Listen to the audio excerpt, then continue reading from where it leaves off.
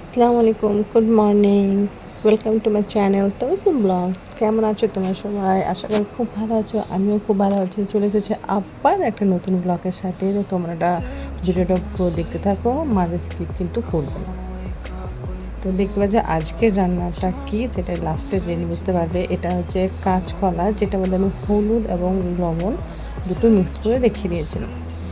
কড়াইতে দিকে তেল গরম করতে দিয়েছিলাম। সেই তেলের মধ্যে আমি এই কাঁচকলাগুলো, যেগুলো হলুদ আর লবণ দিয়ে মাখিয়ে রেখেছিলাম, সেগুলো লাল লাল লাল করে ভেজে নেব। সেগুলো আমি এই পিঠ ও পিঠ করে লাল করে ভেজে নেব।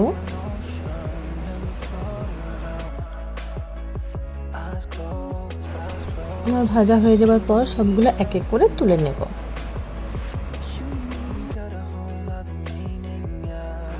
আমার এগুলো সব ভাজা হয়ে যাওয়ার পর দেখতে পাচ্ছ আমি সব তুলে নিয়েছি একটা প্লেটের মধ্যে।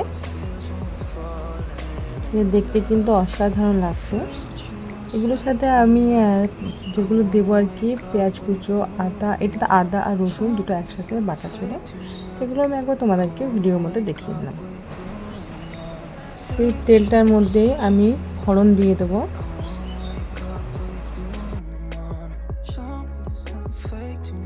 ফোড়নটা দেওয়ার পর যে কটা পেঁয়াজ আমি কেটে রেখেছিলাম সেই পেঁয়াজগুলো আমি একে একে দিয়ে দেবো।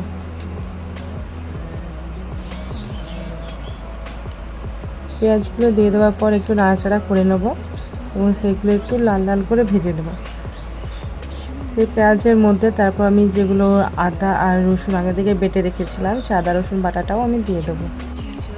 পেঁয়াজের মধ্যে আমি হলুদ গুঁড়ো দিয়ে দিয়েছিলাম, তারপর লঙ্কা গুঁড়ো দিলাম, সাথে সাথে জিরা আর ধনে একসাথে গুঁড়ে রাখা ছিল সেটাও আমি দিয়ে দিলাম।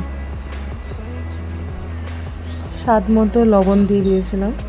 সবকটা মশলাকে একসাথে মাখিয়ে কষে নেব।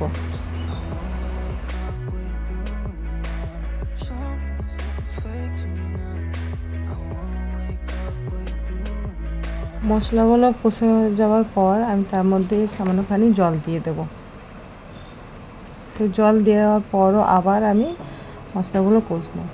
তো যাই হোক, দেখতে পাচ্ছ মশলার মধ্যে তেল ছেড়ে দেওয়া হয়েছে, তার মানে হয়ে গেছে যে মশলা গন্ধ চলে গেছে। তারপর আমি কাঁচকলাগুলো দিয়ে পরে একবার সব কটাকে একসাথে নাড়াচাড়া করে নেব।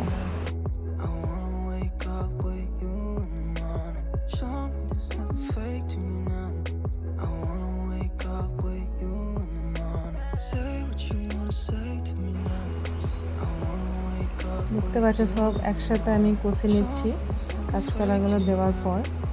তারপর আমি সেটার মধ্যে জল এড করে দেব। ঝোল, এটা কাঁচকলা ঝোল, নিজেরা নিজেদের পছন্দ মতো ঝোল বানিয়ে নিও, সেভাবে জলটা অ্যাড করো।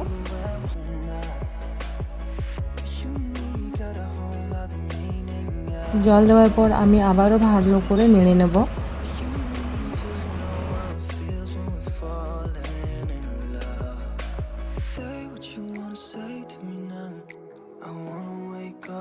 দেখতে পাচ্ছ জলটা পুরো ফুটে উঠেছে।